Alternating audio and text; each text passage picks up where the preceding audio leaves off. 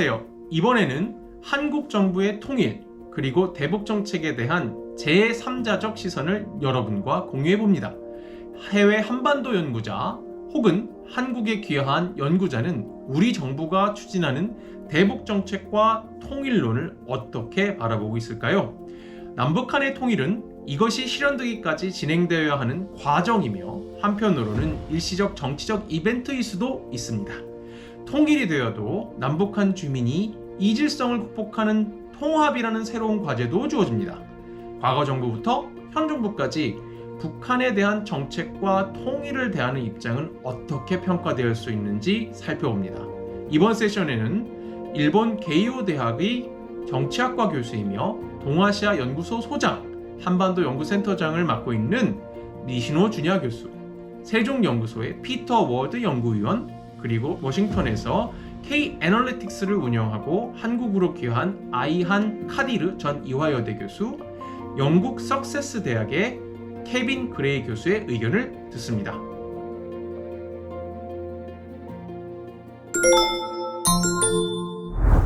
네, 오늘 니시노 주니아 교수님, 게이오 대학교 국정대학 교수시자 동아시아 연구소장이시고요.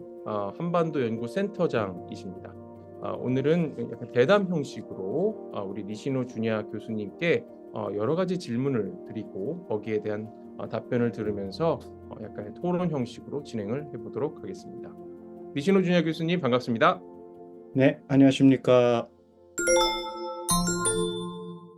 이번 그 8.15 대통령 경축사에서 많은 내용들이 다루어졌는데요. 한반도 통일과 관련된 내용도 그렇고 개인적인 소감이나 아니면 일본에서 바라보는 이번 8.15 경축사에 대한 의견은 어떤지 간단하게 좀 말씀해 주시겠습니까?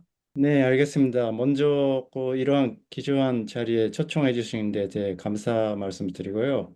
그리고 8.15 영설에 대해서는 일단은 윤석열 정부 지난 2년 동안의 자세라든지 그 해온 정책을 봤을 때는 그렇게 뜻밖의 내용이 나왔다고 생각하지는 않습니다만은 영설을 볼 때 몇 가지 특징이 있는 것 같습니다.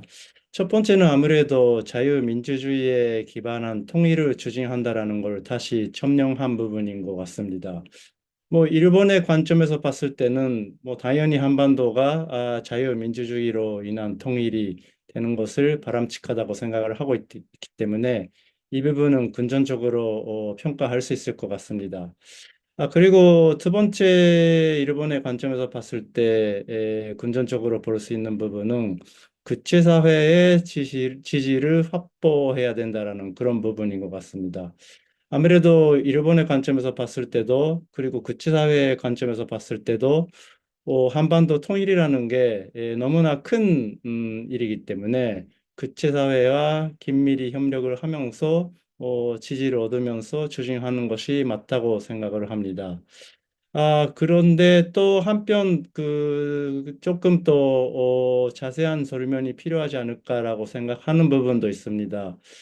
무엇보다 한국의 통일 정책이 이제까지 그리고 앞으로도 기본적으로 민족 공동체 통일 방안을 계속 계승하고 있다고 저는 생각을 하는데 그 민족 공동체 통일 방안과의 관계, 이번에 그 통일 비전하고 그리고 민족 공동체 통일 방안 간의 이 관계성이 이 그렇게 명확하지 않은 것 같습니다. 이 통일 방안을 계승하면서도 새로운 비전, 새로운 추진 전략을 발표하신 거에 대한 그런 한국 정부의 관계성에 대해서는 앞으로 국제사회에 더욱더 설명을 해주시기를 기대하고 있습니다. 그리고 또 마지막으로는 일단은 이거를 발표하는 과정 그리고 발표 후에 한국 언론들의 반응을 보니까 아무래도 아직까지는 한국 국내의 컨센서스가 잘 이루어지고 있지 않다라는 생각이 듭니다. 그래서 앞으로 윤 정부 그리고 대통령께서 먼저 한국 국내의 이 컨센서스를 확보하는 그런 노력도 필요하지 않을까라고 생각하고 있습니다. 이것이 저의 개인적인 소감입니다. 네, 감사합니다. 네, 그러면 이 지금 말씀 주신 거에 대해서도 좀 생각을 해보면서 그 다음 질문으로 넘어가겠습니다. 우리 니시노 준야 교수님께서 그 한반도의 통일, 그러니까 한국과 북한의 통일이 국제사회에도 엄청난 일이다라고 방금 언급을 해주셨는데요. 이 외부의 시각, 특히 이제 일본의 시각에서 접근을 할 때, 통일 한반도, 그러니까 한국과 그 북한이 통일되었을 때, 또는 될지, 될 수 있을지에 대한 그런 평가, 예상과, 그다음에 만약에 그 통일 한반도라는 것이 만들어지게 되면, 그러면 어떠한 형태의 결과들, 특히 이제 국제 정치나 아니면 일본과 같이 그 주변국들에는 어떤 영향을 미칠 것이라고 생각하시는지 고견 부탁드립니다. 네, 질문 감사합니다.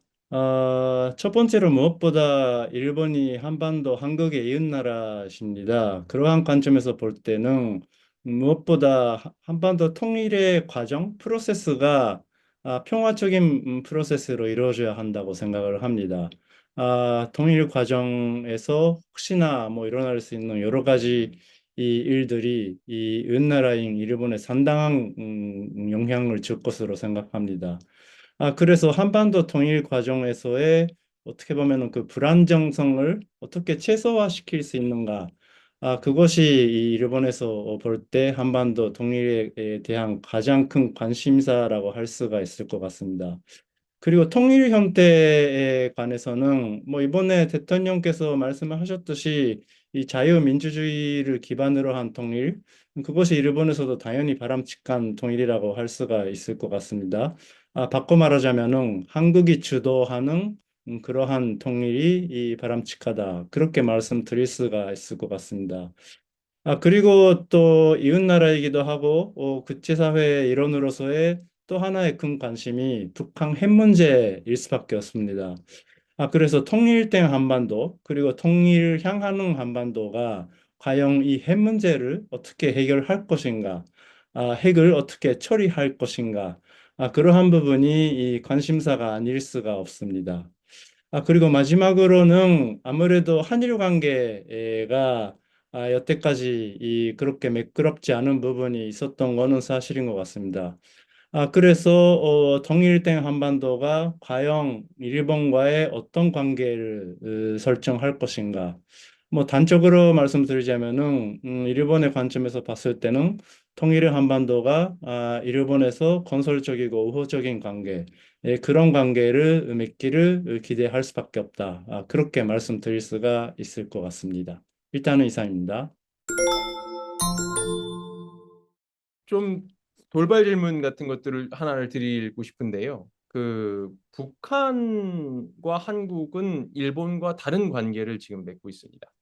지금 방금 북한의 핵 문제와 관련된 말씀도 해주셨는데 실질적으로는 전쟁 위협까지도 일본은 이제 북한으로부터 느끼고 있는 상황인데 어, 이러한 측면에서 좀 일본도 또 북한과의 관계를 나름 또 개선해야 되고 그게 어떻게 보면 통일에도 도움이 될 수 있을 것이다라고 하는 의견도 상당히 있습니다. 일본이 어느 정도 선에서 한국과 북한과의 관계를 동시에 이렇게 잘 이끌어가면 추후에도 그 통일과 관련된 역할을 할 수도 있을 것이고 도움도 될 것이고 또 한반도와 일본이 상호 윈윈하는 형태의 것도 가능하다라고 생각을 할 수도 있는데 물론 반론이 있을 수도 있고요. 근데 이제 그런 입장에서 보면 일본은 북한에 대해서 어떤 정책을 취해야 하는 것이 맞을까요? 일본 정부의 기본적인 입장은 뭐 변함없이 이 북한하고도 국교를 맺을 수가 있다. 그래서 일본의 관점에서 본다면은 한반도는 일본이 이 과거에 통치한 그러한 지역이기도 하고 어떻게 보면은 전후 처리의 관점에서 전후 일본 외교의 관점에서도 북한과의 관계는 설정해야 된다. 그러한 입장입니다. 그런데 동시에 한반도에 있어서는 한국과의 관계를 어쨌든 간에 가장 우선적으로 생각을 하고 있기 때문에 북한과의 관계 설정에 있어서도 한국과 긴밀히 협력을 하면서 북한과의 관계를 설정하거나 설정을 모색하는 그런 정책을 계속 유지하고 있고 저도 개인적으로 그러한 방향이 맞다고 생각을 하고 있습니다. 음, 그래서 특히나 한국 정부가 일본 정부에 대해서 북한과의 관계 설정을 적극적으로 지원을 해준 적이 있었습니다. 그 후에 2002년에 고이즈미 그 당시 총리도 반복을 했었고, 북일 평양 선언도 발표했었습니다. 일본 정부는 아직까지 이 북일 평양 선언을 계승하고 있고, 그에 기반으로 한 북한과의 관계 설정, 그거를 기반으로 한 한반도, 뭐 남북방 모두와의 안전적이고 평화적인 관계 설정을 일단은 계속 추진하고 있다. 그렇게 음. 볼 수가 있을 것 같습니다. 네, 일본이 갖고 있는 그 기본적인 입장에 대해서 잘 알겠습니다. 동시에 이제 그렇다면 지금 현재 한국과 일본, 일본과 한국이 미국과 이 삼각 동맹 형태나 또는 물론 일본하고 한국은 동맹국은 아니지만 버추얼 얼라이언스라는 형태로 해서 접근을 하고 있는데 그렇다면 그러면 일본은 미국과의 관계에 있어서 북한 변수도 상당히 중요하게 생각을 하고 있겠습니다. 그럼 거기에 대해서는 또 우리 통일이라는 시각을 갖다 거기에 집어넣기는 쉽지는 않겠는데요. 어떻게 생각하십니까? 글쎄요, 뭐 일단은 뭐 통일 문제를 생각을 할 때 뭐 일본도 그렇고 아마 미국도 그렇고 뭐 당연히 뜻을 같이 하고 뭐 미국의 관점에서 보면은 동맹을 맺고 있고 뭐 일본의 관점에서 봐도 계속 우호 관계를 가져온 한국의 정책을 기본적으로 지지할 수밖에 없다. 지지하는 것이 당연하다. 그렇게 생각을 합니다. 그래서 지난 8월에 캠프 데이비드 정상회의 이 회담을 했을 때 발표된 공동 성명에서도 자유롭고 평화로운 통일의 한반도에 대한 지시라는 게 담겨져 있습니다. 그것이 기본적인 입장이라고 생각을 하고요. 다만 아무리 북한이 핵을 가지고 있다 하더라도 특히나 일본 관점에서 보면은 그런 북한에게 핵을 포기시키고 국제사회의 일원으로 어떻게 하면은 북한을 우리가 유도할 수 있을까 그런 고민을 계속 할 수밖에 없을 것 같고 그리고 무엇보다 일본에 있어서의 북한과의 관계에는 그 납치 문제라는 그 큰 현안이 있기 때문에 납치 문제를 해결하기 위한 외교 노력 또한 계속 추진할 수밖에 없습니다. 그래서 종합적으로 말씀드리자면은 뭐 일본 정부의 입장이기도 하지만은 납치 문제 그리고 핵 문제, 미사일 문제 이거를 포괄적이고 종합적으로 해결하고 북한과의 관계 설정을 하는 것이 이 일본이 계속 추진해온 외교 정책이라고 할 수가 있습니다. 그런데 다시 말씀드리자면은 그러한 외교 정책을 추진하는 과정에서 역시나 한국과의 관계 한국의 지시를 얻을 수 있는 노력이 가장 우선적으로 이루어져야 한다. 그렇게 저는 개인적으로 생각을 하고 있고요. 그리고 일본 정부도 그렇게 생각을 하고 있다고 저는 보고 있습니다. 네, 알겠습니다. 또 다시 이제 우리 8.15 경축사와 관련된 내용으로 다시 좀 돌아가 보겠습니다. 8.15 경축사에서 그 발표한 이 통일 방안, 한국에서는 이제 그 통일부랑 정부에서는 이제 통일 독트린, 8.15 독트린과 같은 형태로 이야기를 하고 있는데요. 여기 아까 우리 이순율 준야 교수님께서 말씀을 좀 주셨었는데 국내적인 여러 가지 합의가 필요한 것으로 보인다라고 말씀을 해주셨고요. 그다음에 또 국제적인 이해나 공조도 필요하다라고 말씀을 해주셨습니다.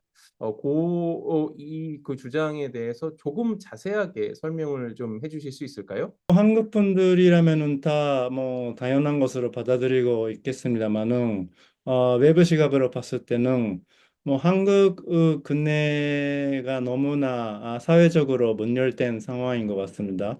뭐 물론 이러한 분열 상황이 한국뿐만의 현상이 아니고 미국도 그렇고 다른 나라들도 그런 현상이 나타나고 있는 나라들이 있습니다만은 한국 같은 경우는 이념적으로 소위 보수 세력, 진보 세력 간의 갈등이라든지 분열 형상이 너무 심한 것 같습니다.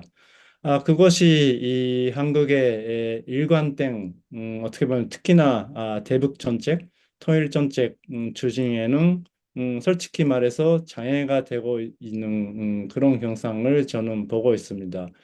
그래서 무엇보다 대북 정책이라든지 이 대외 정책, 통일 정책을 일관성 있게 추진한다면은 그러한 뭐 문열된 다양한 의견이 당연히 있을 수가 있겠으나 너무나 크게 괴리돼 있는 진보 보수의 견해를 조금 더 수렴 시킬 수 있는 그런 노력이 필요하지 않겠는가 그렇게 생각을 하고 있습니다. 그리고 이 문제는 어쨌든 간에 그 한국 정부 그리고 한국 자체의 전체선 문제하고 밀접하게 연결돼 있기 때문에 그러한 컨센서스를 도출하기가 쉽지 않은 거는 당연히 알고 있습니다만은 동시에 그 대통령 선거가 있을 때마다 정책이 크게 진복되는 거는 국제사회의 관점에서 바라볼 때는 한국과의 관계를 맺기가 쉽지 않은 그런 측면이 있는 거는 사실일 수밖에 없는 것 같습니다. 네, 감사합니다. 네, 니시노 준혁 교수님과 대담을 나눠봤습니다.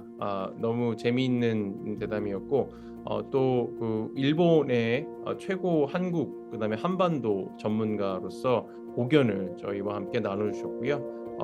또 다음 기회에 한 번 더 모시고 더 깊은 얘기를 들어보도록 하겠습니다. 감사합니다. 네, 감사합니다. 네, 안녕하세요. 오늘은 피터 워드 박사님, 영국 분이시고요. 네, 비엔나 대학교에서 박사학위를 하셨고 지금은 한국의 최고의 싱크탱크 중 하나인 세종연구소에서 연구위원으로 재직하고 계십니다. 네, 한반도 그다음에 특히 북한과 관련된 여러 가지 형태, 뭐 비교 정치, 정치 사회학, 경제, 뭐 국제 정치까지 모든 것을 망라해서 하고 계시는 신진학자, 라이징 스타라고 볼 수가 있겠습니다. 자, 오늘은 이 피터 워드 박사님을 모시고 8.15 경축사와 관련된 통일 담론에 대한 얘기도 들어보고요. 그것과 연관되지만 또 거기에 국한되지 않는 피터 박사님이 생각하시는 북한과 통일과 관련된 여러 가지 주제들에 대해서 제가 질문하고 답변을 듣고 또 토론하는 시간을 갖도록 하겠습니다. 자, 피터 워드 박사님, 그럼 준비하신 내용 8.15 경축사의 통일 담론과 관련된 내용부터 그다음에 그거와 관련돼서 또 다른 얘기까지 한 10분에서 15분 정도 강연을 부탁드립니다. 네, 부탁드립니다. 감사합니다. 초대해 주셔서 정말 고맙습니다. 그러면 네, 제가 그 윤석열 대통령 8.15 경축사에 대해서 좀 간략하게 말씀드리겠습니다. 기본적으로 그 정책 방안을 제시하는 것이 아니라 정치적 행보들까지 뭐 많이 섞여 있는 연설이라고 저는 보고 있습니다. 즉 장기적으로 해결해 나가야 하는 국가적인 혹은 국제적인 사안인 통일에 맞게 지속 가능성 있고 초당적 합의까지 될 수 있는 그러한 방안을 제시했다고 보기에는 어렵습니다. 물론 그 저기에 그 연설에 들어가는 내용들은 다 정치적일 뿐이라고 할 수도 없고 일부는 살아남을 것 같지만은 대부분의 그 어조라든가 방안의 그 내용들은 상당히 정치적인 색깔이 좀 강한 것이라고 저는 보고 있었습니다. 정치적 행보로서 뭐 안 좋다는 것이 아니라 대통령께서도 당연히 그 정치인인 만큼 정치적 행보할 수밖에 없는 자리이지 않습니까? 근데 어쨌든 네, 그렇게 보긴 봤습니다. 통일 정책과 대북 정책에 또 서로 간에 상반되는 내용이 생각보다 좀 많았습니다. 또한 여야 간에 일종의 그 갈등 불러일으킬 수 있는 기조도 없지 않았습니다. 반통일 지식인이라든가 또 가짜 뉴스 관련된 언급들은 어떻게 보면 이런 세력이 있을 수도 있고 이런 그 현상이 뭐 가짜 뉴스 지금 뭐 SNS 등으로 인해 가지고 많이 안 좋아진 상황입니다만은 또 한편으로는 이런 가짜 뉴스나 반통일 그 지식인 과연 누굴까 하는 의문을 불러일으킬 수 있는 논의라고 볼 수도 있겠습니다.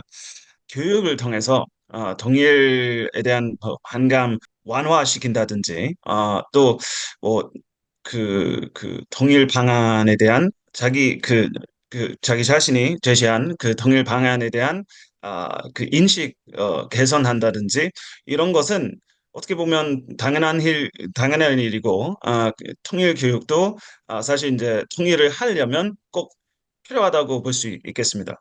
다만 역시 내용이 내용을 어떻게 구성할 것인지에 대한 논란이 있을 것 같습니다. 특히 이런 견축사 안에서 통일 교육이라는 것이 들어간다면 내용에 대한 그 여야 간의 내용에 대한 논란이 있을 수밖에 없지 않겠나 하는 생각 들었습니다.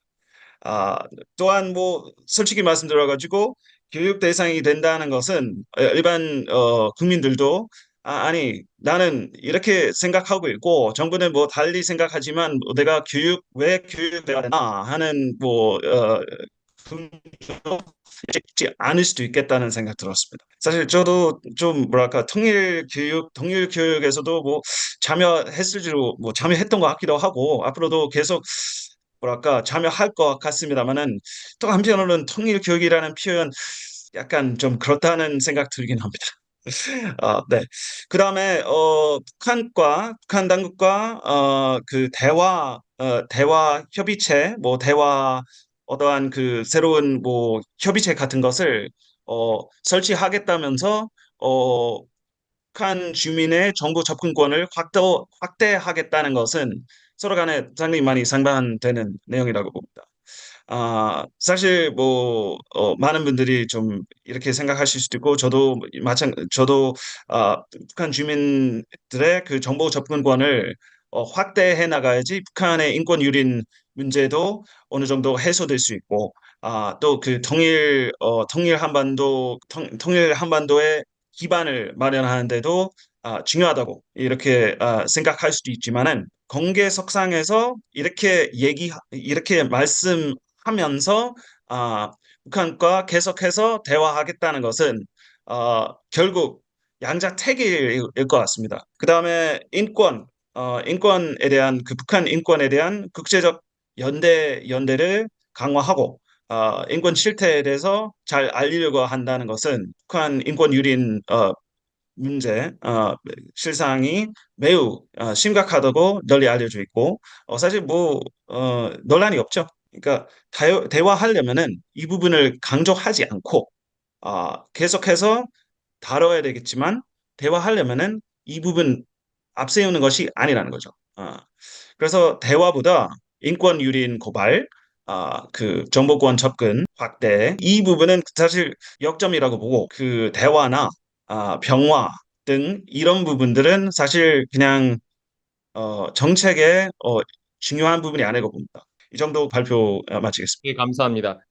제가 이 지금 말씀 주신 거에 대해서 조금 질문을 좀 더 드리도록 하겠습니다. 이제 지금 현재 현 정부가 지금 발표한 그 통일과 관련된 정책에 대해서 다소 이제 비판적으로 말씀을 해주셨습니다. 여러 가지로 일리가 있으시고 한 파트가 있고요. 거기에 대해서 좀 제가 조금 더 좀 그 심화 질문을 좀 더 드리고 싶습니다. 첫 번째 제일 중요한 질문은 우리 피터 워드 박사님께서 말씀해 주셨듯이, 그러니까 이 소위 말해 한국의 진보 정치 세력과 그 보수 정치 세력, 어떻게 보면 또 중도 정치 세력들이 있죠. 자, 이런 형태의 이 나눠져 있는 이 통일과 북한과 관련된 이 시각차와 어떻게 보면 이데올로기라고 부를 수 있는, 어떻게 보면 정체성이라고도 부를 수 있는 이 문제가 상당히 이제 첨예하게 충돌을 합니다. 그래서 피터 워드 박사님께서 민족 공동체 통일 방안이 상당히 모호하기 때문에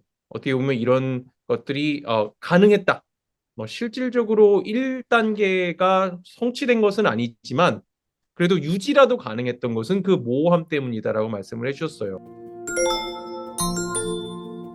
그렇다면은 이쪽 진보 세력 아니면 보수 세력 보수 세력, 진보 세력 이 양쪽이 초당적으로 bipartisan 통일 방안이라든지 정책을 만들 수 있는 여건이나 조건이나 이런 것들은 어떤 게 있을 것 같으신가요?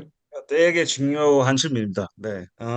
제가 보기에는 그 평화가 우선적인 그 테마가 돼야 되지 않겠어요? 여야 간의 그 전쟁 다시 발발되면 안 되고 남북 평화를 청착할 수 있게 기반 마련해야 한다는 그런 명제가 일종의 그 초당적인 합의가 될 수 있지 않을까 하는 생각입니다. 그뿐만 아니고 또 국제적인 차원에서 미국이든 중국이든 일본이든 러시아든 한반도에서 다시 전쟁이 일어나면 안 되는 그런 명제부터 합의될 수 있지 않을까. 그런 생각 듭니다. 근데 그런 맥락에서 지금 그 어떻게 보면 그 한반도를 둘러싼 대한민국과 조선민주주의인민공화국을 둘러싼 주변에 있는 국가를 잠깐 언급해 주셨는데, 자, 지금 이번에 윤석열 정부에서 얘기하고 있는 그 통일 독트린을 소위 말해 그 서구 자유민주주의 국가들이죠. 일본 또는 미국 또는 이제 우리 EU 뭐 말씀하신 영국이라든지 프랑스, 이탈리아 뭐 이런 국가들이 보기에는 이 현재 말씀하시는 그 지금 윤석열 정부에서 발표한 그 독트린에 대해서 어떻게 평가할지 또 중국과 러시아와 또 인도 같은 경우에도 뭐 중국 러시아와 같지는 않지만 상당히 같은 유사한 형태의 입장을 또 표명할 수도 있을 것 같습니다. 이렇게 좀 나눠서 보게 되면 이 평가가 다를까요? 아니면 똑같을까요? 다르겠죠. 일단은 뭐 인권 논의도 그렇고, 정보 접근권, 이런 부분에 있어서 중국과 러시아는 상당히 그 반감이 많이 들 수도 있을 것 같습니다. 그 나라들도 역시 그 독재인 만큼, 자기 시민의 정보 접근권을 어느 정도 뭐 북한만큼 아니더라도 하고 있고요. 그다음에 그 독재국들이 뭐 활용하고 있는 기술들도 이제 북한에서도 많이 활용하고 있는 것으로 알고 있고요. 그것과 좀 달리 러시아, 영국, 미국은 이 그 인권 유린 실태에 대해서 뭐 고발한다든지 혹은 정복 접근권 확대하는 것은 상당히 그 뭐랄까 환영할 수도 있을 것으로 보이고요. 다만 이제 너무 그 북한 당국에게 자극되는 말이라면 조금 문제 있을 수 있다. 평화 어쨌든 우선시 하기 때문에 너무 이렇게 그 그러니까 북한 당국 김정은 위원장에게 자극될 만한 말을 자제했으면 한다는 점에서 중국과 러시아, 영국, 미국 좀 합의된 사안일 수도 있습니다. 음, 또한 이 통일에 대해서는 솔직히 이게 나라 간에 이견이 있을 수도 있지만은 기본적으로 거의 모든 나라들은 통일되는 과정에서 폭력이라든가 전쟁 이런 그 사태가 벌어질 수 있기 때문에 현상 유지 조금 더 그 편할 수도 있죠. 찬성까지 아니더라도 편하게 현상 유지는 편이하다 이렇게 볼 수도 있겠습니다. 정보 접근권과 관련된 그 논의가 이제 완전히 이제 확산되고 어떻게 보면은 그 주류 메인스트림의 논의로 나온 것 같습니다. 그러니까 현 정부에서 이것에 대해 공언을 한 점은 이 정보 접근권이라는 것이 한국에 있는 국민들, 시민들, 엘리트들뿐만 아니라 그다음에 그 외국에서 한국이나 아니면 북한을 같이 보고 있는 통일 문제를 보고 있는 사람들에게 인식시켜줬다는 측면에서는 또 장점이 있을 수는 있는데요. 근데 실질적으로 이것을 공개적으로 이렇게 드러내놓고 얘기를 하게 되면은 뭐 우리 피터 워드 교수님 말씀하신 것처럼 북한 정권에서는 김정은 정권에서는 받아들이기가 쉽지 않다라는 건 어떻게 보면 약간 상식적으로도 이해가 갑니다. 그렇다면 정보 접근권을 확대해야 된다는 것은 그러니까 한국 정부가 어떤 형태, 뭐 보수가 됐던 진보가 됐던 뭐 북한을 어떠한 형태로든지 자극한다라고 보려는 그런 것뿐만 아니라 그 어떻게 보면 그냥 필요하잖아요. 사람들에게. 그러니까 그러면 정말 이 정보 접근권을 북한 시민들에게, 그 북한 용어로 하면 인민들에게 조금 더 확대하기 위해서는 어떠한 형태의 뭐 한국뿐만 아니라 뭐 NGO도 마찬가지고 아니면 다른 국가 정부들도 마찬가지고 어떻게 보면 중국이나 러시아가 될 수도 있겠죠. 그런 국가들이 어떻게 해야지 이 정보 접근권을 조금 더 확대시켜서 북한 시민들이 정보에 대한 그런 인식과 그다음에 좀 더 다른 바깥의 세상에 대해서 좀 더 학습을 하고 이해할 수 있는 그런 계기가 될 수 있을지도 궁금합니다. 미국과 한국 보수 정치인들에게 가장 논란될 수 없는 부분부터 시작하자면 라디오, 몰래 뭐 USB라든가 다른 전자 매체를 북한으로 유입시키는 것 이런 것들은 가장 논란이 없고 합의된 그러니까 미국과 그 한국 보수 진영에게 합의된 내용이라고 볼 수 있겠습니다. 저도 사실 이런 그 뭐 라디오 방송 대대적 확대 혹은 뭐 북한에게 또 TV 그 방영할 수 있으면 TV 하는 것 그리고 USB나 뭐 SD 뭐 등등등 이런 전자매체를 그렇게 몰래 유입시키는 것이 일정의 효력이 있다고 봅니다. 그런 것을 통해서 정보 접근권을 강화할 수 있다는 거죠. 근데 그뿐만 아닙니다.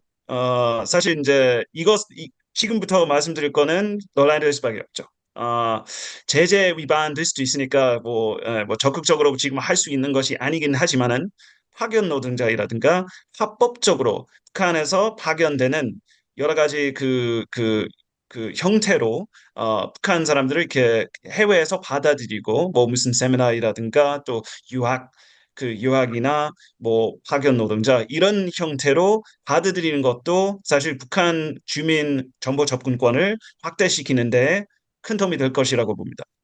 근데 문제는 역시 서구 나라들하고 적대적인 관계인데다가 제재 위반될 수도 있죠. 특히 그 파견 노동자 같은 경우. 북한에서 일하는 것보다 파견돼 가지고 해외에서 일하는 것은 일단 돈벌이에 훨씬 도움이 되고 그다음에 외국 만물에 접근하는 데 있어서도 훨씬 큰 도움이 되죠.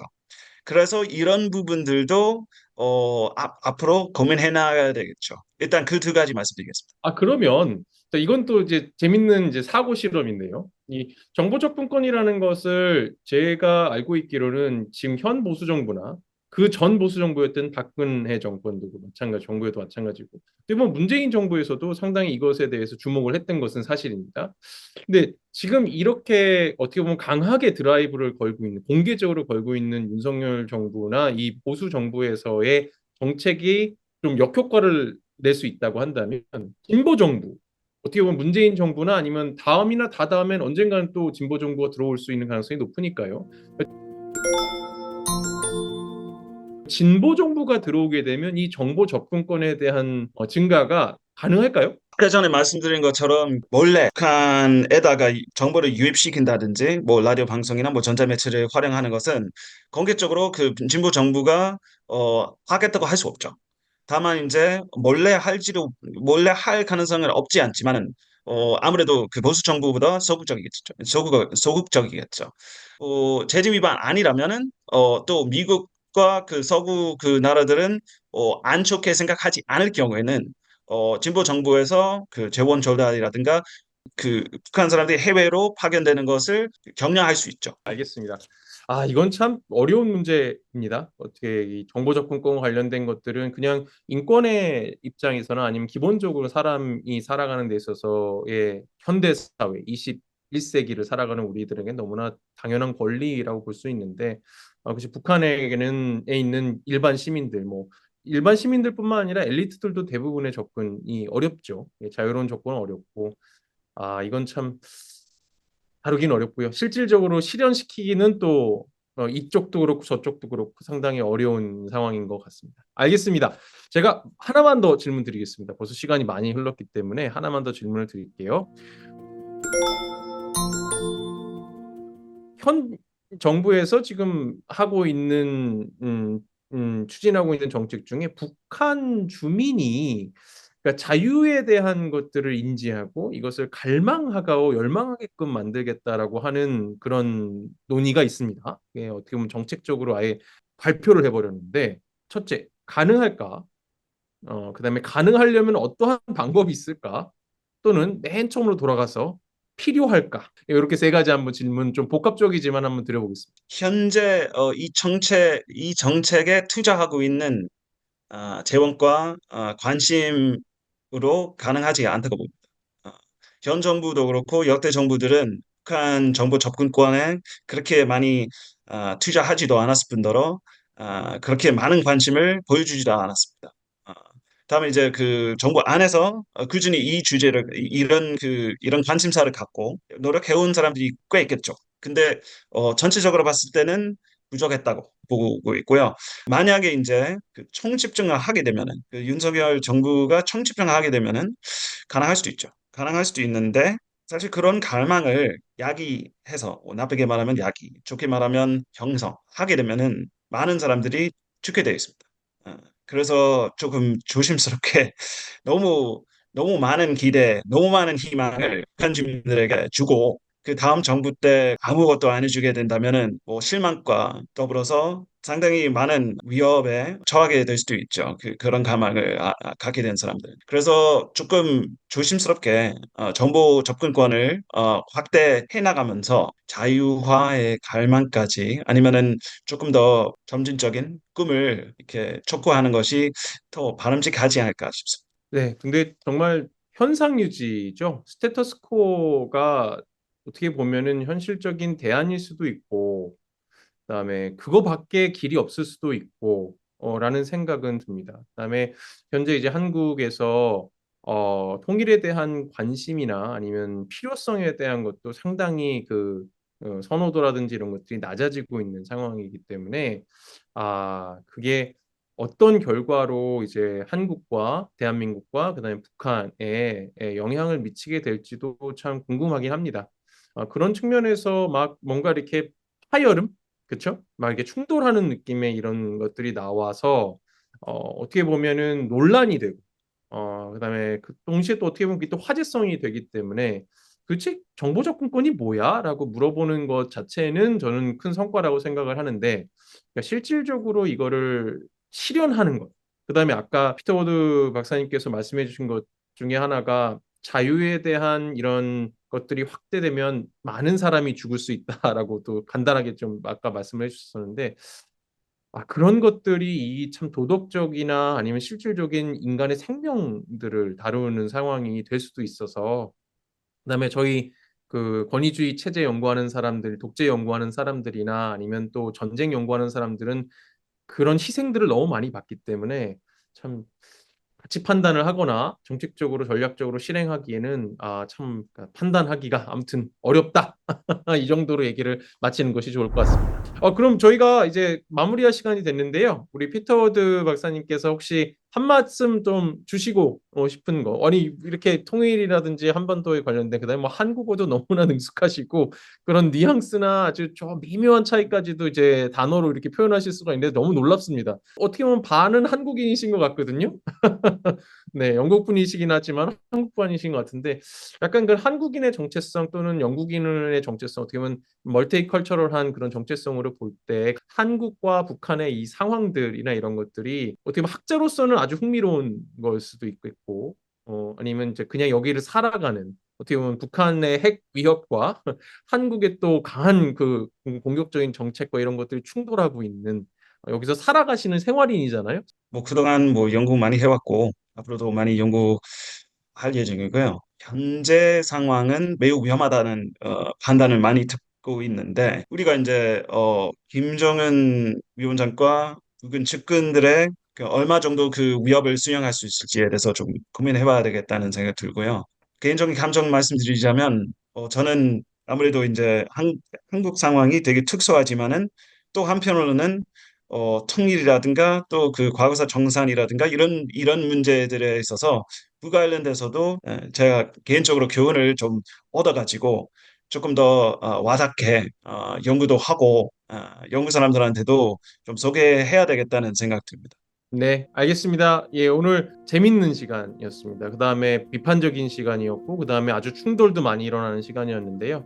이런 건강한 그런 논의가, 그다음에 디베이트, 논쟁이 제 생각에는 아주 중요한 역할을 앞으로도 할 거라고 생각합니다.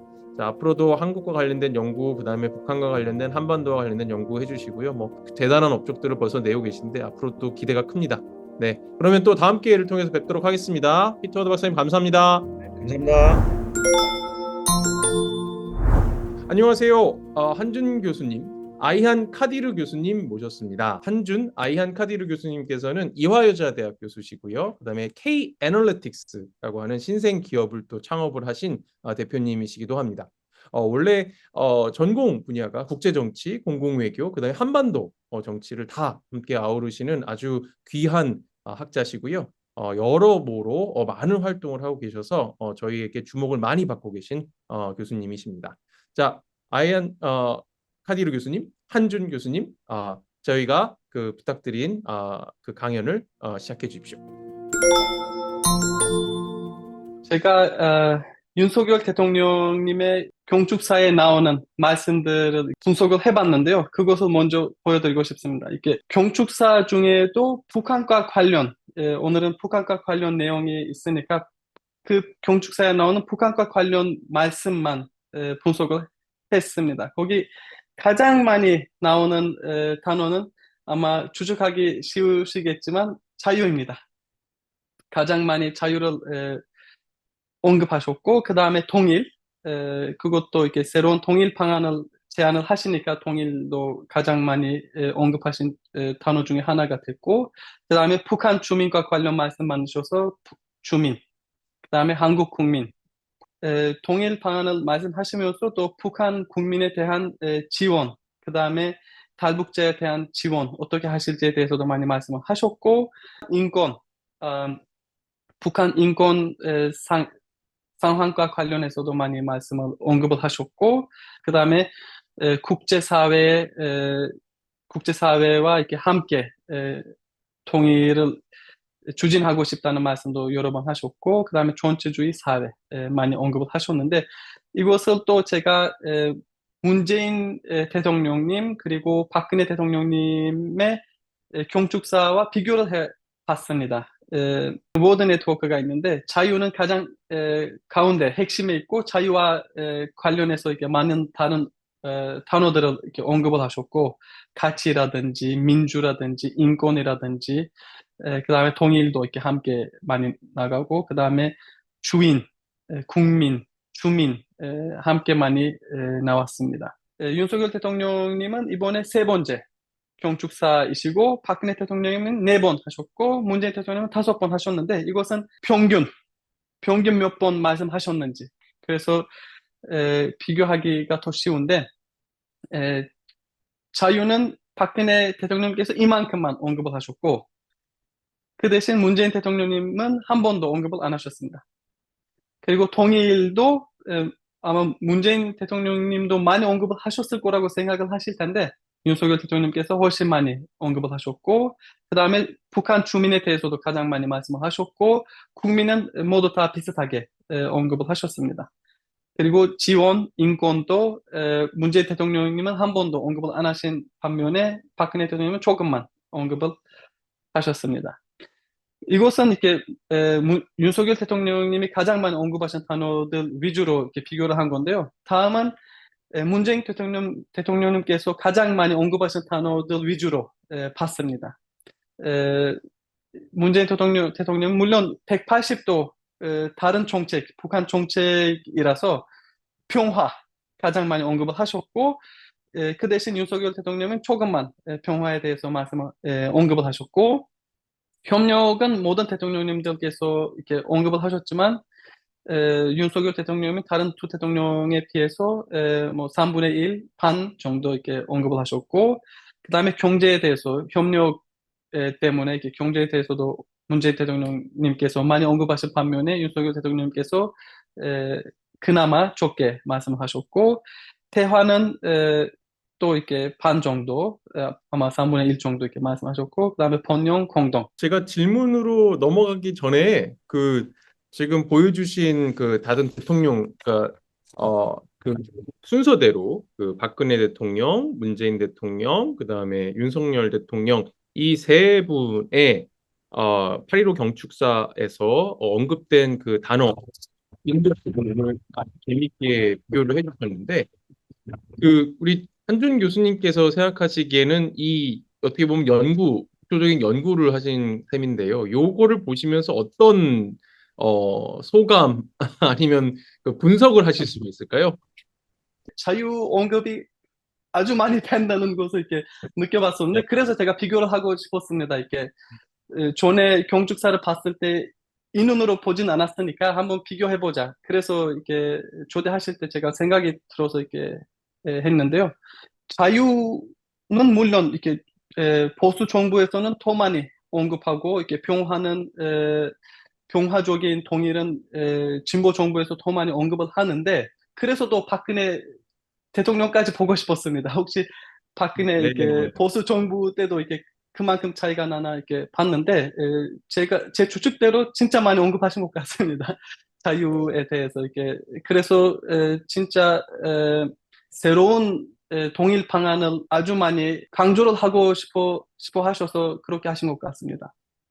이게 옛날과 다른 새로운 방안, 그것을 많이 강조하고 싶어 하셨던 것 같습니다. 결국 어떻게 보면은 지금 분석하신 거를 얘기를 하게 되면 박근혜 대통령의 통일과 관련된 8.15 경축사의 내용에서는 또 중간에 계신 상황인 것 같고, 문재인 대통령도 진보의 입장을 아주 잘 보여준 것, 그다음에 윤석열 대통령 같은 경우에 어떻게 보면 보수의 입장을 가장 잘 보여준 것, 자유라는 단어, 그다음에 이쪽은 평화, 이런 형태의 아주 재밌는 비교가 되겠습니다. 제가 질문을 다시 좀 드리긴 하겠지만, 우리 한준 교수님께서 보시기에 이런 형태의 아주 큰 극명하게 이렇게 비교가 되고 있는데, 연구 성과를 보게 되면은 그 보수 정부와 진보 정부, 그다음에 어떻게 보면 박근혜 정부도 상당히 보수 정부였는데, 이 통일과 관련된 그 언급과 그 형태소 단어 형태소 분석을 해보니 가운데에 있는 것이 어떻게 보면 박근혜 대통령 시기의 그 보수 정부였다라고도 볼 수 있을 것 같습니다. 그렇죠?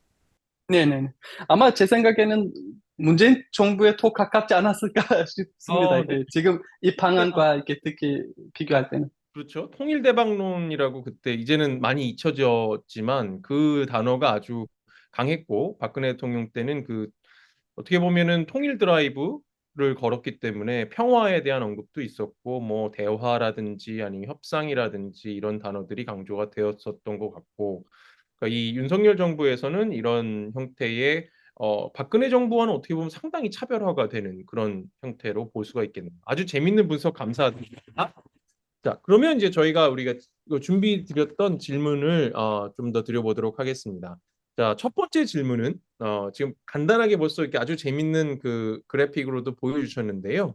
그 8.15 경축사에 대한 우리 한준 교수님의 어떻게 보면 개인적인 학자로서, 그다음에 또 정책 분석가로서, 어떻게 보면 기업 대표로서 보시는 입장과 좀 소감 같은 것들이 있을 것 같은데, 이것을 어떻게 보시는지 좀 한번 말씀을 해주시고요. 또한 또 지금 이제 미국에서 체류를 하고 계시기 때문에 이 연설을 소위 그 미국의 공화당, 민주당, 공화당의 정가의 시각에서는 어떻게 평가할 수 있을지를 조금 의견을 듣고 싶습니다.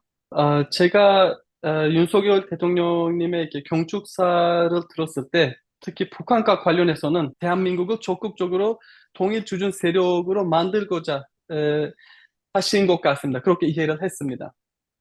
다시 말해서는 군사력이 아닌 북한 주민을 역량 강화를 시켜서 대통령님께서 말씀하신 그들을 우군으로 만들고 북한 정부를 정복시키려는 의지를 보여줬다고 제가 이해했습니다. 이따가 다시 언급하겠지만 대통령께서 제안하신 특히 남북 당군 간 실무 차원의 대화 협의체 설치라든지 인도적 지원이라든지 긴장 완화, 경제 협력, 인적 왕래, 문화 교류, 재난과 기후 변화 대응 등 다른 대통령님들도 이렇게 노력하셨던 아니면 약속하셨던 그런 약속들을 실천하기가 어려울 거라고 생각을 합니다.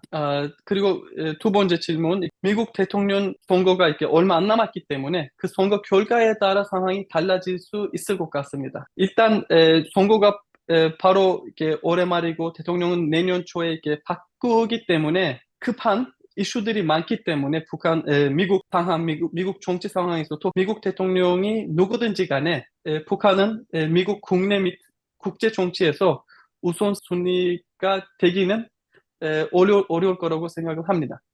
그래서 윤석열 대통령님이 한국의 북한 정책에 대해 미국의 지지를 받고 미국과 시너지를 만들 수 있는 기간은 윤석열 대통령님 이렇게 시기 끝날 때까지는 1년 정도로 한정될 거라고 생각을 합니다.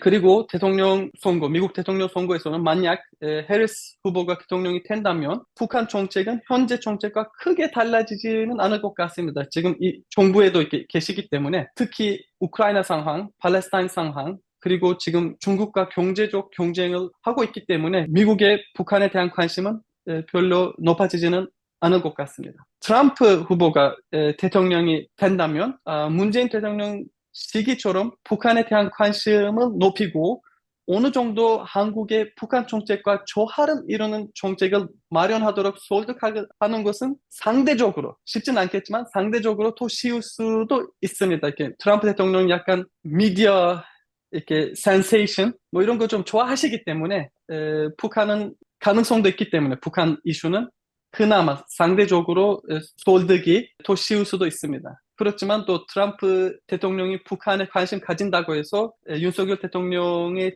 북한 정책을 지지하지는 않을 것 같습니다. 문재인 정부 시기에는 어느 정도 올렸지만 윤석열 대통령 시기에는 어느 정도 올린지는 그다음에 윤석열 대통령님의 정책에 도움이 될지 반대가 될지는 언제나 의문이 될 것 같습니다. 이렇게 예상하기 어려운 대통령 정치인이기 때문에 트럼프 대통령이 일단 생각이 이렇습니다. 지금 현재 이제 카멜라 해리스 후보와 그다음에 도널드 트럼프 후보가 이제 경쟁을 아주 심하게 하고 있는데요.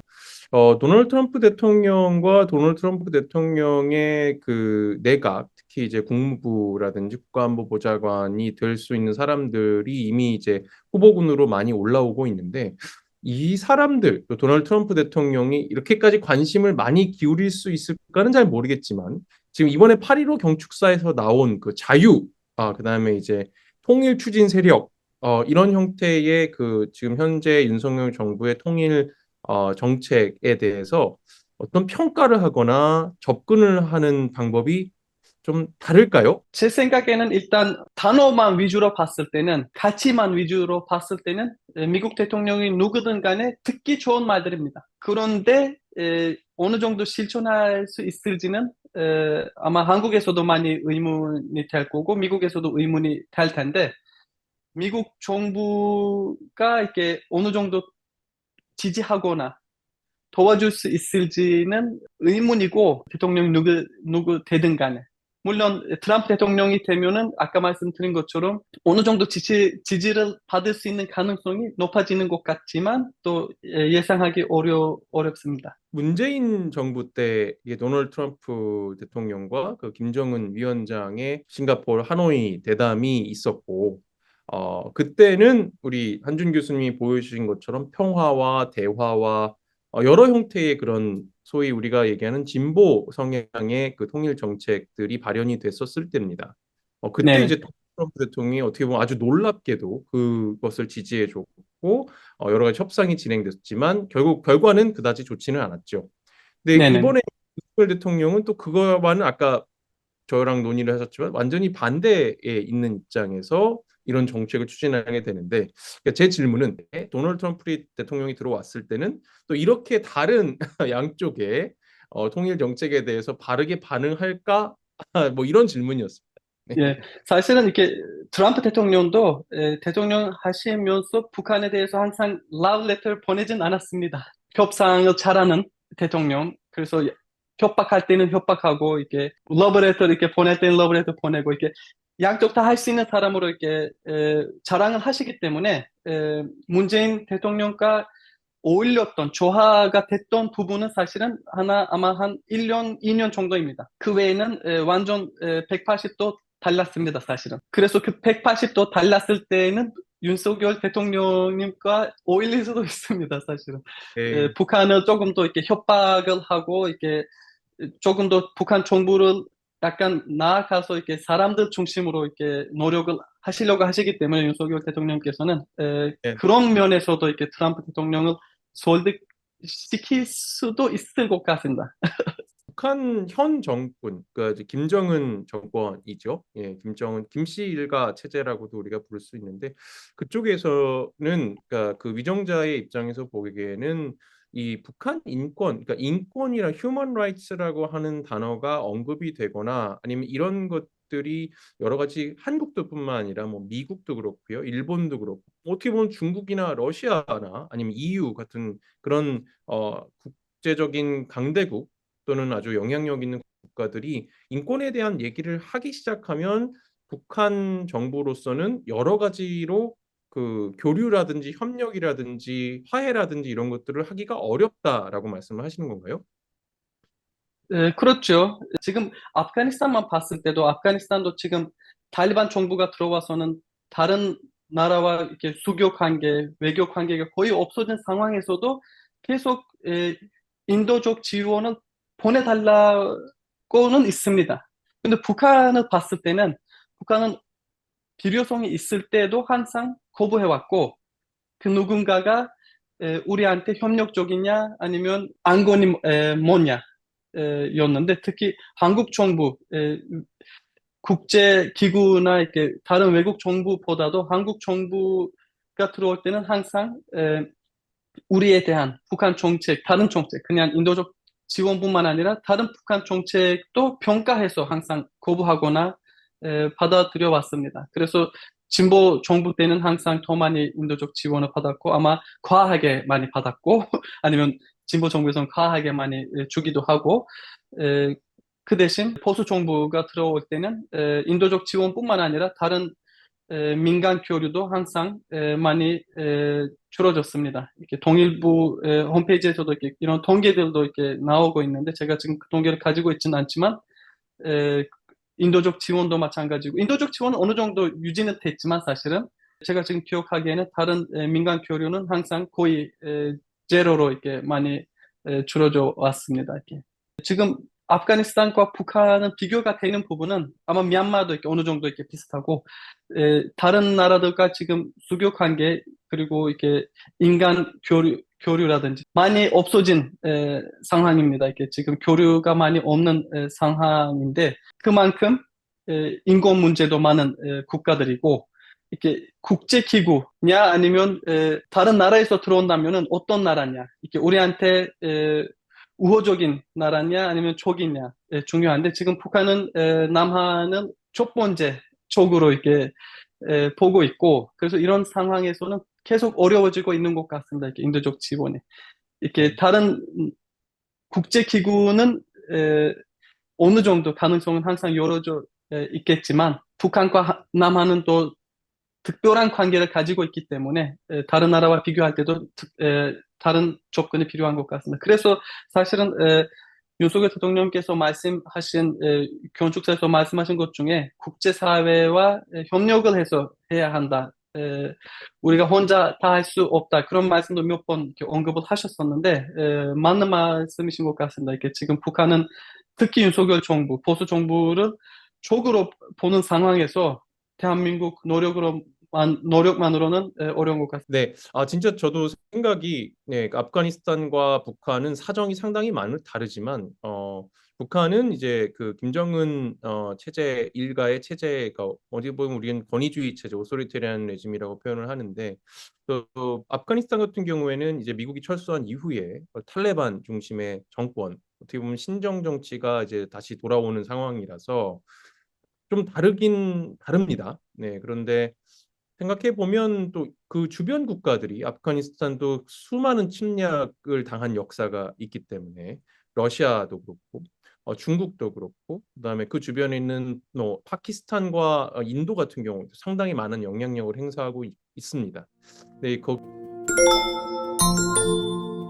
그런 응명의 측면에서 볼 때 탈레반 정부의 입장에서 그러니까 위정자 지배자의 입장에서 체제상에서 보기에도 어떤 지원을 받아야 할지에 대해서 망설이지만 그래도 기본적으로는 휴머니테리안 에이드에 대한 건 받아들이겠다라고 하는 것이 입장이기 때문에 이런 건 어떻게 보면 학술적으로도 좀 연구를 해볼 만한 가치가 있는 거라고 생각이 듭니다. 네, 감사합니다. 자, 마지막 그럼 질문 드리도록 하겠습니다. 자, 한국이 글로벌 중추국가, 우리 글로벌 피보트 스테이트라고 표현하는데 이걸로 자리매김하기 위해서는 어떻게 보면 초당적인 통일 방안의 재설정이 필요하다는 평가가 있습니다. 통일 문제는 우리 한준 교수님도 말씀해 주셨지만 그 어떻게 보면 진보와 보수와 중도 여기에 있는 이 세 가지의 세력이 세 개의 세력이 상당히 다른 형태로 접근을 하고 있기 때문에 바이파티선 그러니까 초당적인 협력이 참 어려운 것이죠. 그래서 보수와 진보가 통일 방안을 공유하고 있다는 사실은 거의 좀 어렵다. 실현이 어렵다라고도 말하는 사람들이 있고요. 그다음에 민족 공동체 통일 방안을 바탕으로 해서 이거를 갖다가 좀 더 초당적인 협력을 해보자 하는 것도 그 레토릭 상에서는 얘기가 나오지만 실제로는 이루어진 적은 없는 것으로 보입니다. 근데 최근 다시 한번 말씀드리는 그 정부의 8.15 통일 전략, 어떻게 보면 독트린이라고 요즘 표현을 하기 시작했는데 좀 구체성이 조금 부족할 수도 있다. 뭐 민족 공동체 통일 방안을 보완하는 성격이 어떻게 될지 이런 형태의 좀 접근이 있어요. 예, 이런 것들을 그러면 한국 정부가 좀 국제 정치적인 그런 불확실성이 좀 많이 있는 상황에서도 효과적으로 추진할 수 있는 통일 정책이 있을까요? 그럼 어떻게 그 실천할 수 있을까요? 동시에 이건 조금 더 어려운 질문이긴 한데 5년 단임제라고 하는 한국의 아주 특수한 민주주의 정치 형태가 있는데 이것을 가지고 있는 헌법적인 그런 규정을 갖고 있는 한국 정부가 대한민국 정부가 어떤 초당적인 통일 정책을 추진할 수 있을지 이거 아주 어려운 질문입니다만 예, 답변을 부탁드리겠습니다. 일단 질문에 뭐 여러 가지 질문이 아마 함께 들어가 있는 것 같은데 대답을 하자면 한편에는 지난 30년 동안 민족 공동체 통일 방안은 초 단계조차 이루어지지 못했습니다.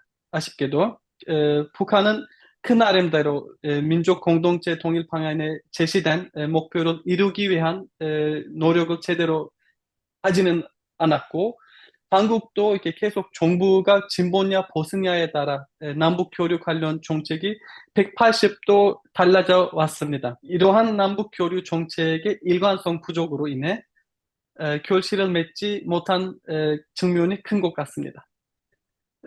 이러한 맥락에서 봤을 때 새로운 통일 방안은 만들어야 한다고 생각을 합니다.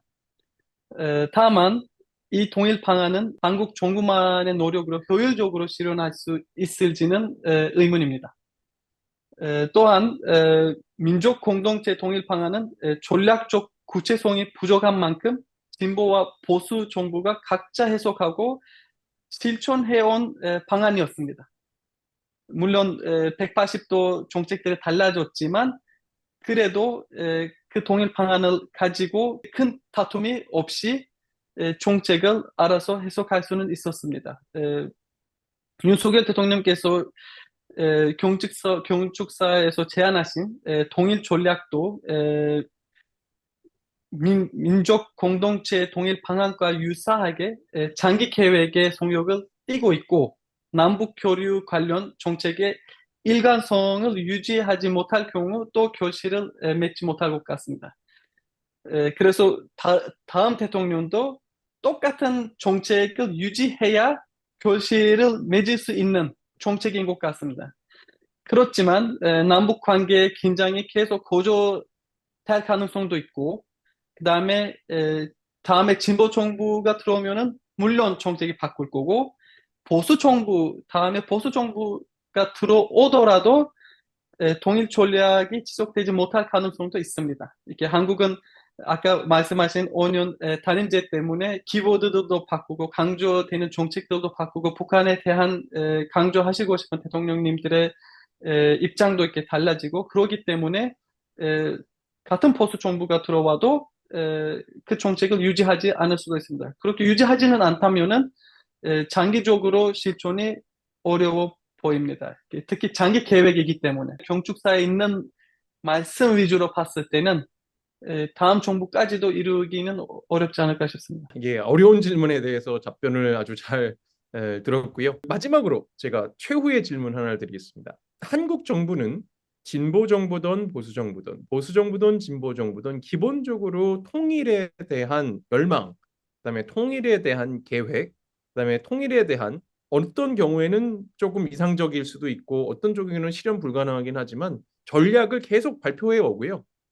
그거를 실천하려고 노력은 당연히 해왔습니다. 그거는 진보 정부나 보수 정부나 그 진정성을 의심하지는 않습니다. 그런데 그럼 북한은 어떨까요? 북한이 그러니까 통일이라는 것을 원하고 적극적으로 추진할 수 있는, 그다음에 할 수 있는 환경이라는 것이 있을까요? 그럼 환경이 있다면 어떤 환경일까요? 아주 좋은 질문인데요. 북한은 아마 남한보다 더 적극적으로 통일을 원했던 것 같습니다. 그래서 6.15 생긴 거잖아요. 그리고 그 이후에도 사실은 70년대까지도 민간 교류라든지 이렇게 협력도 북한은 더 적극적이었습니다. 아직도 이렇게 남한과 북한의 경제 상황이라든지 군사력이라든지 그게 차이가 없을 때 북한은 뭐 북한도 크게 적극적이진 않았지만 남한은 덜 적극적이었습니다. 그런데 이제 남한이 외교라든지 경제라든지 국제사회에서의 지위라든지 모든 맥락에서 북한은 앞섰기 때문에 80년대 이후에 80년대 말 90년대부터는 이제 자신감이 더 많이 생겼고 그래서 동일이라는 단어의 뜻이 달라졌습니다. 옛날에는 어느 정도 이렇게 equals, 어느 정도 이렇게 비슷한 국가들이었는데 서로 이렇게 대화하고 협력하고 제안하고 어느 정도 대화를 할 수 있는 상황이었기 때문에 지금의 대화의 상태가 아주 다른 것 같습니다. 지금 현재 상황에서는 90년대부터 지금 저희가 동일이라는 단어를 사용할 때마다 북한은 지금 약한 상황에서 대화에 들어갑니다. 이게 경제적으로도 약하고 남한이 지원을 해야 되고 국제 지위도 이렇게 약하고 국제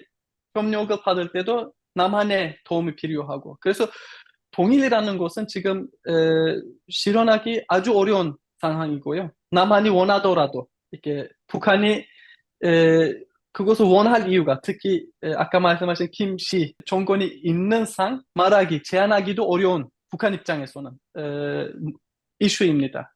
그것은 무슨 어떠한 정부 제재 상관없이 뭐 페더레이션이든 이렇게 단일 국가든 지금 북한 측에서는 받아들이기 어려운 약한 상황에서 들어오기 때문에 그래서 사실은 통일은 지금 모든 정부들이 90년대부터 계속 레토릭으로 이렇게 말을 했지만 그것은 또 헌법에 나와 있기 때문에 사실은 그냥 유니피케이션 아니라 리유니피케이션이잖아요.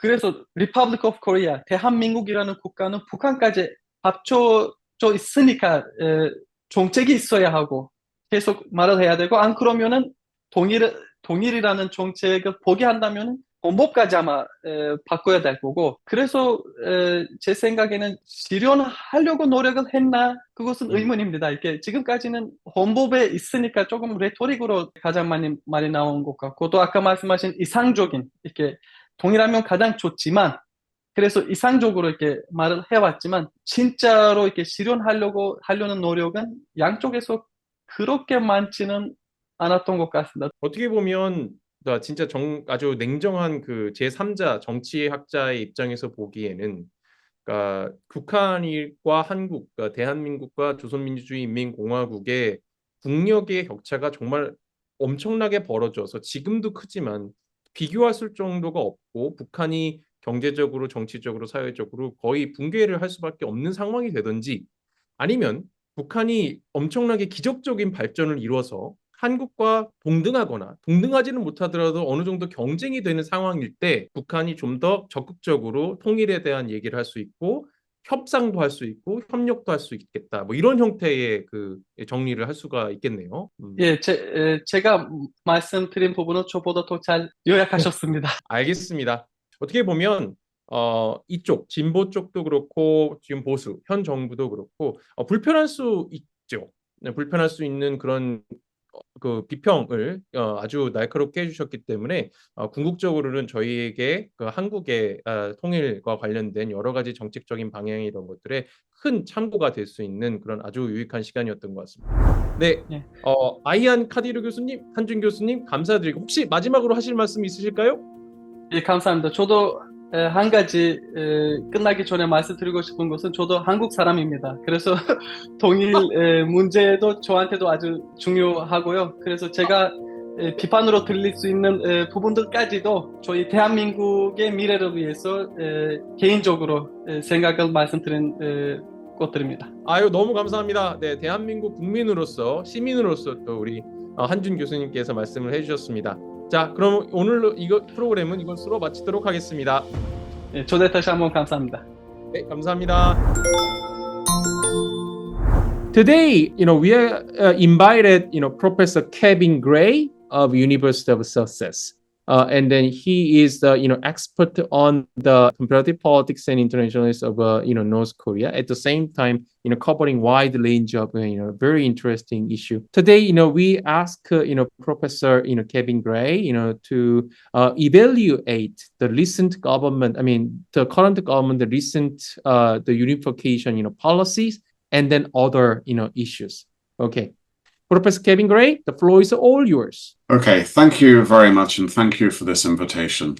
I think there are 3 points really that I'd like to make about President Yoon's Liberation Day speech, and I'll talk a bit about how they relate to the issue of inter-Korean relations. I mean, the first thing I want to mention, which at first glance may not seem directly connected to North Korea policy, but that's what I found sort of noteworthy in Yoon's speech, particularly was about how little time he spent dwelling on the issue of Japan.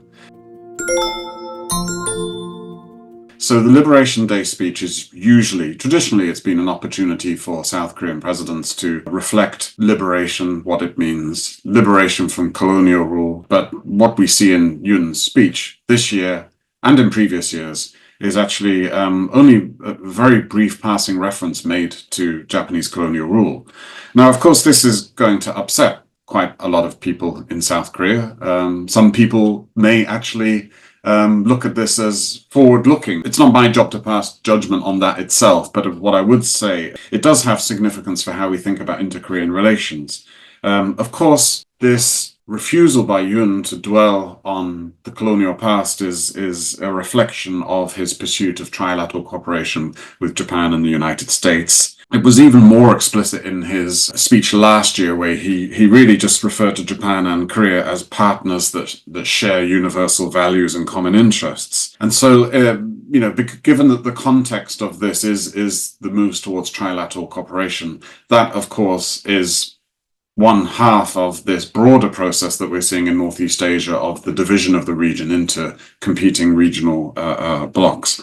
But I think also it's worth noting in intellectual terms, particularly amongst conservatives within South Korea, there has been a broader move to try to reinterpret the role of Japan in Korea's modern history, and to try to present it in not a uniformly negative light, but to try to think of how Japan contributed to South Korea's modernization. But also what this does is it kind of then downplays and undermines the shared lineage of the two Korean states within the history of anti-colonial or pro-independence activism.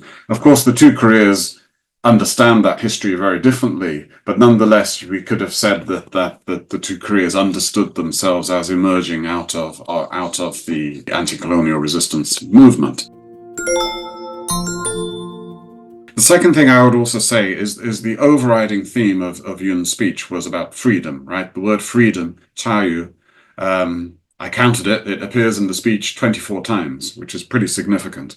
And when it comes to his unification policy, he talks about what he refers to as freedom-based unification. He says, we need to change the minds of North Korean people to make them ardently desire freedom-based unification. And he also talks about, in a unified Republic of Korea, we'll enjoy more freedom and greater range of opportunities.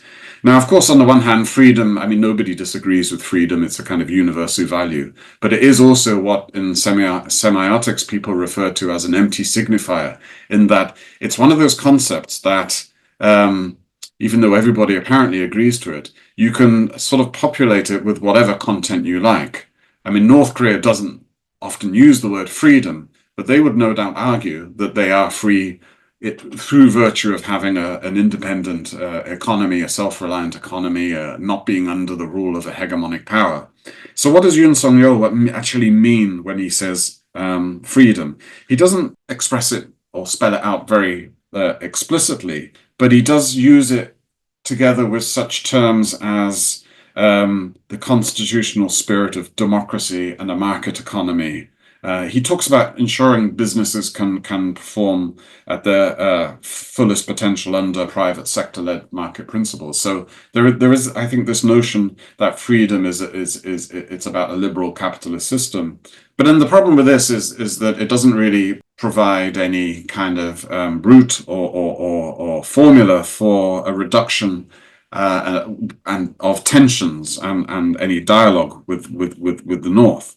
I mean, many years ago, Roland Bleicher wrote this book called Divided Korea, where he interpreted the inter-Korean conflict as being a result of the fact that both Koreas have this strong commitment to a kind of ethnically homogeneous, united Korean state, but they also each Korea defines itself in opposition to the other Korea. So South Korea is whatever North Korea is not, and vice versa. And then he argues also to overcome this divide, to try to establish peace on the Korean Peninsula, that there needs to be a kind of a process whereby each Korea not necessarily accepts, but they come to understand the perspective of the other Korea and understand where their sense of vulnerability comes from, what they see as their threats.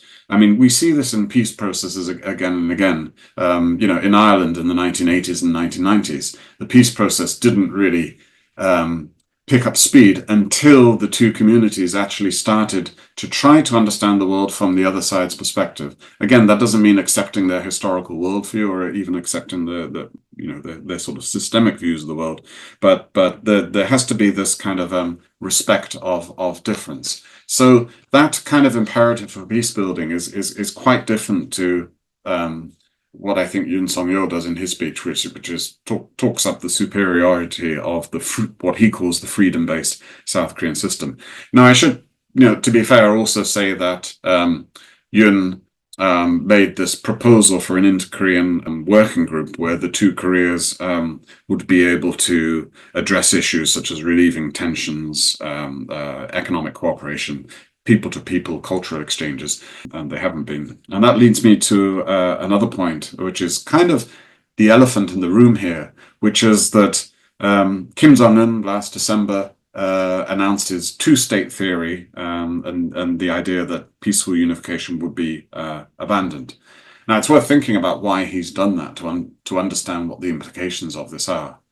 Of course, it's partly about geopolitics. It's partly about the deepening new Cold War, the Russia-North Korea alliance, the failure of negotiations at Hanoi in 2019, and a recognition of South Korea's failure to play a kind of mediating role between the United States and North Korea. So there's the geopolitics of it, but I think there's also, since the 1990s particularly, the very real sense that North Korea is falling behind in this inter-Korean competition for superiority and legitimacy. Very much in the situation now where it's difficult to imagine a scenario in which unification would work out well for North Korea's elites. So they're not so keen on this anymore. But I think also since the 1990s, the whole process of marketization, the influx of foreign cultural goods, particularly South Korea's cultural hegemony, has really led to a challenge to North Korean rule. And we know this because this is what the North Korean leadership is saying. It's talking about the problem of young North Koreans who are kind of mimicking South Korean fashions, hairstyles, speech patterns. And we see this in the 2020 law on the rejection of anti-reactionary thought and culture, which explicitly outlaws the influence of South Korean culture. So in that sense as well, it seems that the notion of one Korea, of a shared ethnic community, is actually becoming more and more of a threat to North Korea's maintenance of its rule. And so this, I think, is the origins of the two-state theory. And Kim Jong-un is very clear. He's actually even more critical of the sort of left progressive pro-engagement political camp in the South Korea, because he sees that as equally trying to impose a South Korean capitalist model on the North. So I think, you know, these are long running issues which I think have meant that North Korea is no longer receptive to any kind of dialogue with the South, which is oriented towards not just unification but engagement in general. It does, you know, my analysis also suggests that it was perhaps a bit short-sighted. If South Korea's goal was indeed to try to change the North Korean regime and create a challenge from within, it seems that this influx of cultural influence was probably the most effective means to do this. So it was probably not a good idea to cut those kind of forms of exchanges, including market exchanges, cross-border market exchanges, off. You know, I mean, this South Korean cultural influence is not being sent by balloons to remote farming areas. It's coming across the Chinese border as a result of the broader process of cross-border exchange. So in this context, I think, you know, whatever we may say about the strengths and weaknesses of Yoon's approach to North Korea, you know, North Korea is now in a situation where it's very unreceptive to any kind of overtures. So there certainly needs to be a kind of managing of expectations in that respect. I would just like to say one final thing, and this is related in terms of a question that was posed to me, which is about prior to this talk, which was about multiculturalism and unification.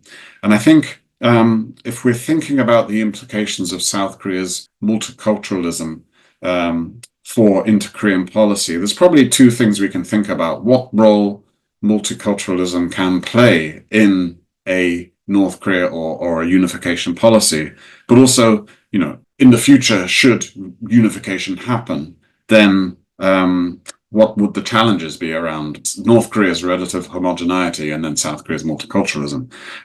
In general, I mean, there are ways in which a multicultural society can influence foreign policy. I mean, we see this in many contexts where ethnic or national communities can sort of kind of be involved in advocacy and lobbying. They can draw attention to humanitarian issues in their so-called home country.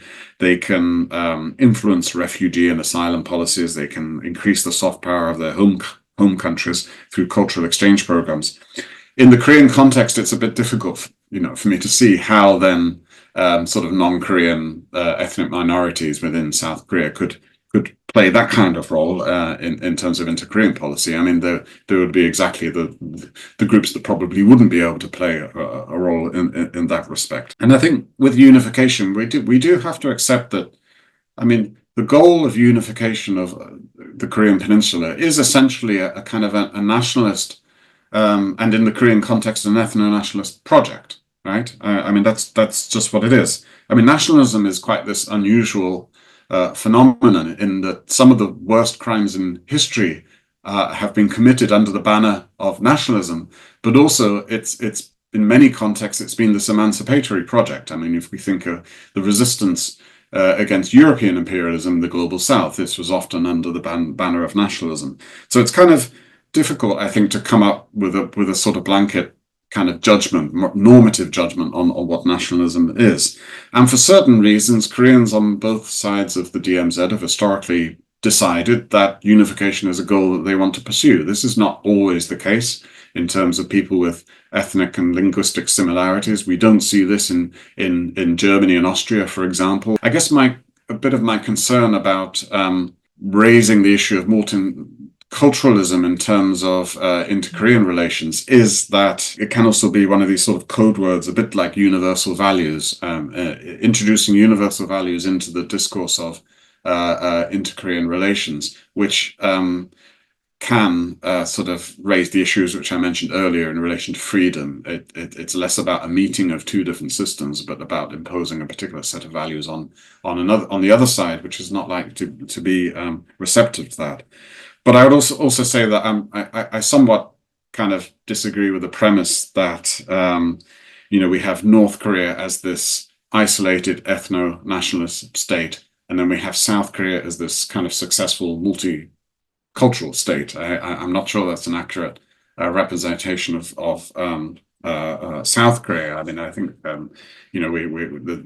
there's long-running issues about xenophobia and the mistreatment of migrant workers. I mean, we have the ruling party in South Korea that suggests that you need two different minimum wage laws, one for the people with the right to live in Korea, but then you have one for migrant workers, which suggests that there are some underlying problems there. And I think potentially probably the bigger challenge post-unification would be not necessarily this meeting of a multicultural society in the South and then the homogenous society in the North, but the potentially South Korean discrimination towards North Koreans. I mean, we see this with the defectors Talbukja in South Korea and the relatively low socioeconomic position that they possess. So I think that is a potentially bigger challenge. But I think I've said enough, so I'd like to leave it there and see if there are any questions. Thank you. Thank you for your honest and a very succinct and a very logical presentation on this issue. I think it's a pity for us to these two Koreas actually drifting away from each other, and then North Korea actually the Kim Jong-un regime declared this two-state theory. And then that was probably the real starting point for this two state Koreas to separate even further from each other. And your evaluation on this the current government, the unification policy is just it's make it even worse or stimulate North Korean Kim regime to even distance further from South Korea, not to listen to the South Korea's. I think it's very hard for us to reconcile these two different parties, not only in South Korean domestic politics, but also in the Korean peninsula. Do you see any possibility or any potential scenario for the two Koreas to say at least talk to each other in coming years? I think at the moment North Korea has been very explicit that it's just not interested in that. And my analysis suggests that this may not be simply some kind of tactical measure that it's taken. So I think it's going to be very difficult, but I think also North Korea is, North Korea has turned towards Russia, and it sees a lot of benefits to be gained through its partnership with Russia. But I don't think this is a long-term solution for North Korea. I think that the Ukraine war is not going to last forever. Russia doesn't really have that kind of economic presence around in the Far East and around North Korea's borders that say China had, particularly in the 2010s. So I think sooner or later North Korea is still going to have to face up to the issue of how it can sort of normalize its relations with the broader world. And I think North Korea, particularly after the failure of the Hanoi summit, will be aware that this can only be done through an improvement of its relations with the United States. So I would imagine that there is a great deal of hope in the re-election of Donald Trump after in the November elections. I think the process will be different if Trump is elected. I still think I don't think there's going to be a sudden breakthrough, but I think that kind of resolution of the issues with the United States is the sort of prerequisite of improved relations with the two Koreas. I think without that, I first of all, I don't think North Korea is going to be interested, but also South Korea at the moment is caught in this kind of the dynamics of the new Cold War. I can only see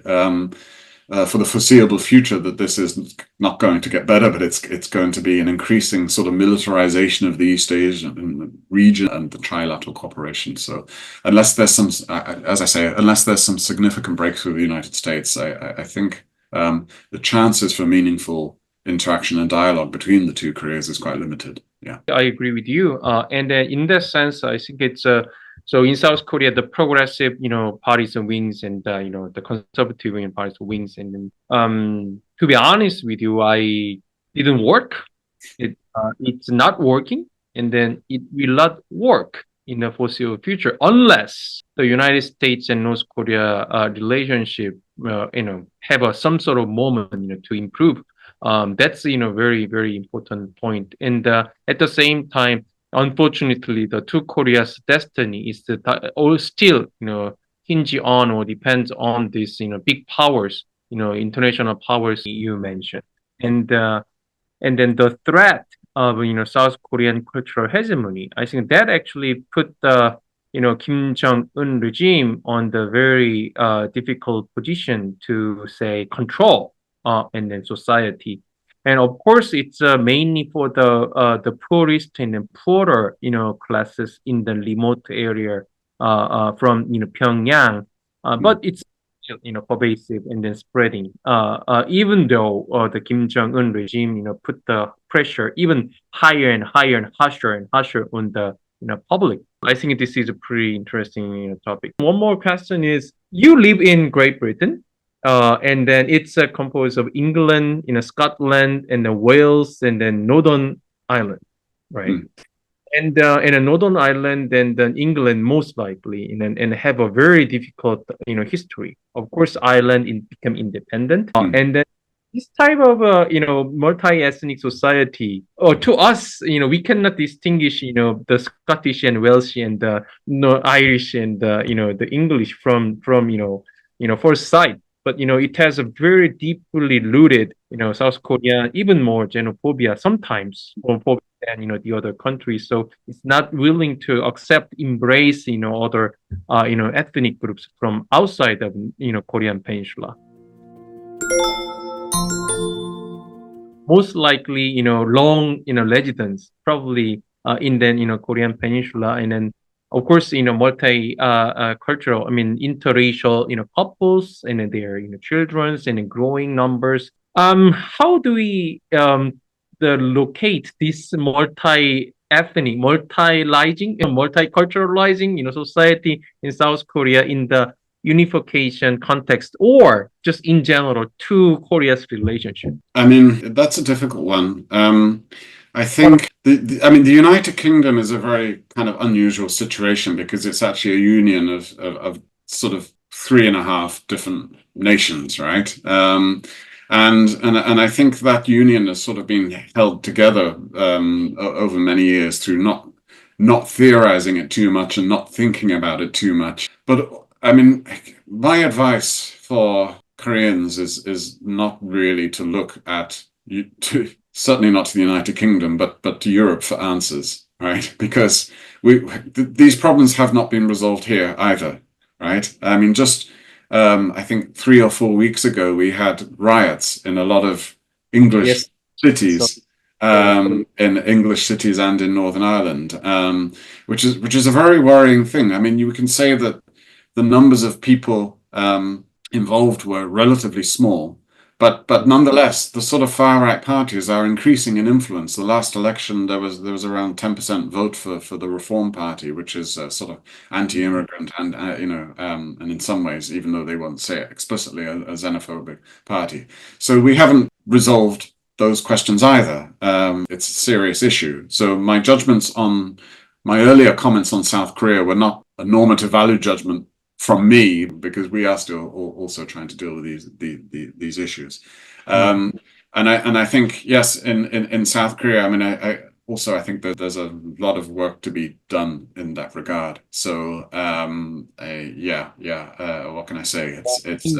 But I think I would just repeat the point I made earlier, that I think overemphasizing the issue of the multicultural society and in South Korea and its relevance for unification, I do sort of feel that that's not quite the issue, the most important issue, actually. I worry that that's a bit of like the discourse on freedom. It's a way of sort of forefronting South Korean values and ideals and things like that without sort of taking into account the broader process of reconciliation with North Korea. That's all I can say. Yeah.